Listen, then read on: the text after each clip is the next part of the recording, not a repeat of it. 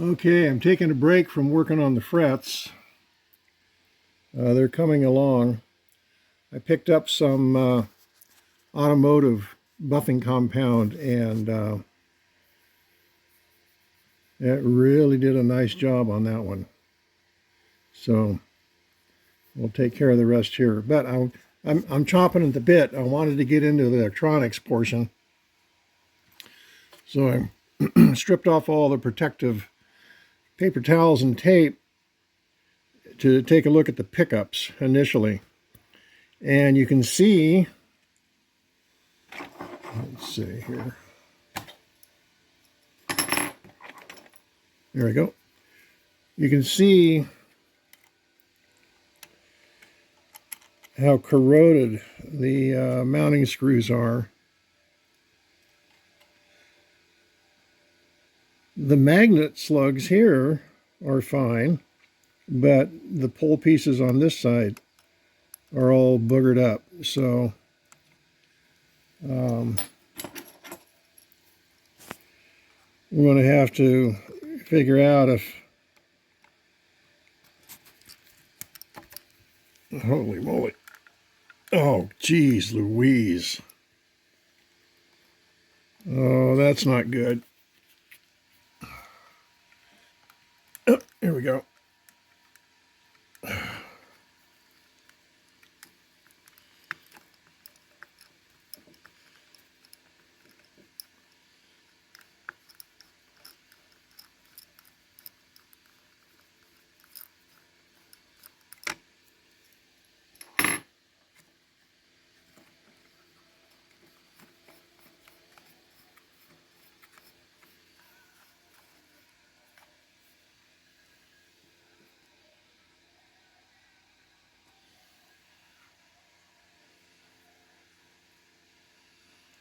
So the threads are okay. Wherever wherever a surface has been covered and protected from that gas, it's all right. But these guys took the full brunt. So I'll have to see about, well, I'll try cleaning them, but I don't know. We'll see. Take a wire brush and some solvent and see if I can get that stuff off. But I don't know. I may have to locate replacements. Oh, by the way, anybody watching this know where I can get replacement pickup coil slug screws? Let me know. Also, where I can get black pick guard screws, because this guitar was all decked out in black hardware. So anyway, that would help. Thanks in advance. So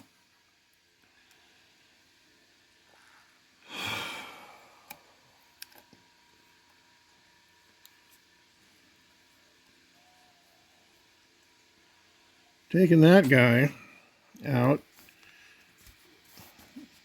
I've never dug into Gibson guitars with this style of pickup, so seeing a circuit board here is kind of interesting. Labeled the original, so if anybody has any words about that, let me know. Gibson USA. Whether or not it was made in the USA, don't know.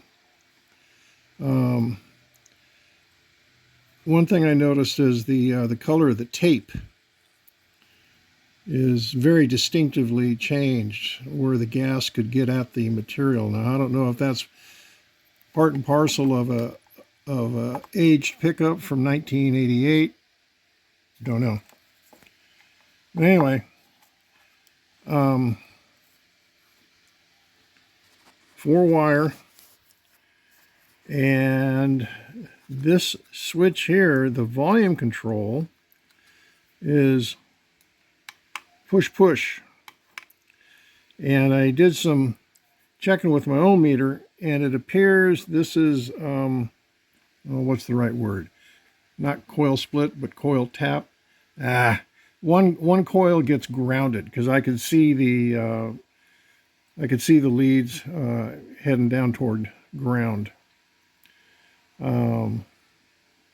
You can see here the retainer clip, screw retainer clip is all chewed up. So I need to get that replaced, and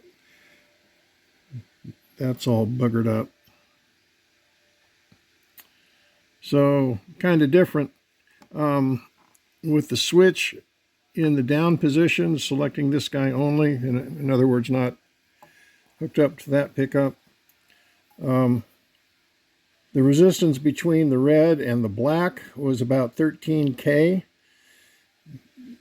And granted, I'm not familiar with with this type of pickup, but I would have assumed, I know that's dangerous, that the resistance between the white and the black, or white and green, would have been similar, and it was not.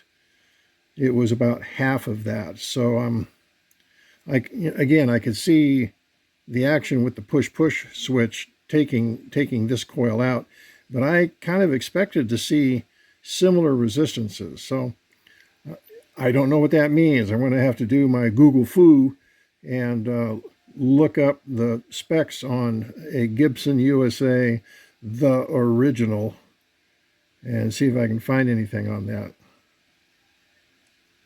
So this is just kind of a first look-see. This guy looks like a single coil, but look how thick that is. It's 3-wire. There's a shield, and then the return and the hot. And this is a, let's see,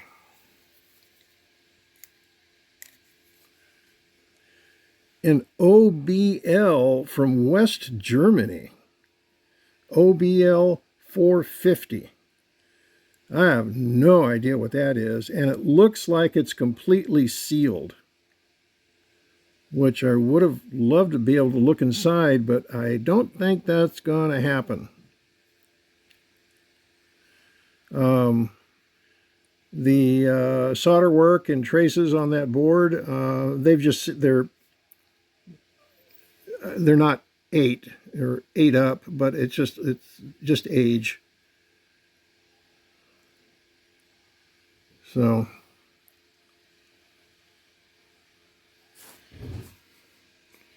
looking down in the cavity, there's some writing in here.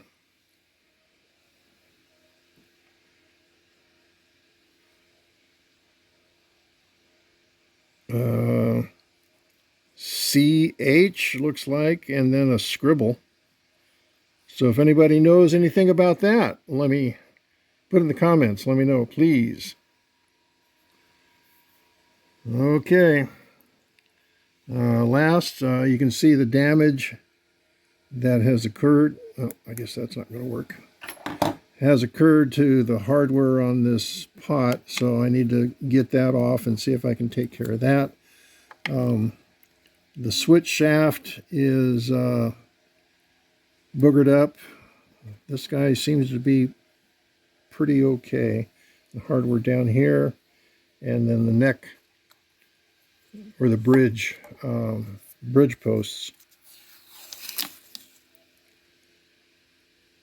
seem to be okay. There's a little bit, but I'm not going to be too worried about it. The nature of this celluloid rot that I've come to find out about that it's called just has to do with the type of celluloid that was used on well, it's not just Gibson. There was a type of celluloid being used for pickguard material, and pretty much all did it. So this is not unique to Gibson. Now, my SG is a 73, and I had already replaced the pickguard because it was so banged up. So I never experienced celluloid rot because I had replaced it a number of years later. But what I've read is that it can affect the nitrocellulose lacquer, and I can feel it. It's very rough, chewed up. And the outgassing, the vapors, obviously are caustic. That's why the frets are all chewed up. But it can also affect other plastic. That I wasn't aware of. So it's very common when the pick guard goes south, the fumes, the vapors will start to eat into the binding. And evidently, again, uh, taking information from all-knowing Mother Gaia, Google, once that rot starts, it's essentially, it's a done deal. It just keeps going and eats. But I haven't seen any indication of deterioration in this binding. So maybe, hopefully, lucked out there, of course. Okay, well, that's it for now. A little look see at the bottom of the pickups. You know, again, if anybody knows more about these, please put it in the comments. You know, at least links or tell me where to go for information about the pickups. I know people want to tell me where to go anyway. All right. Thanks much. Bye.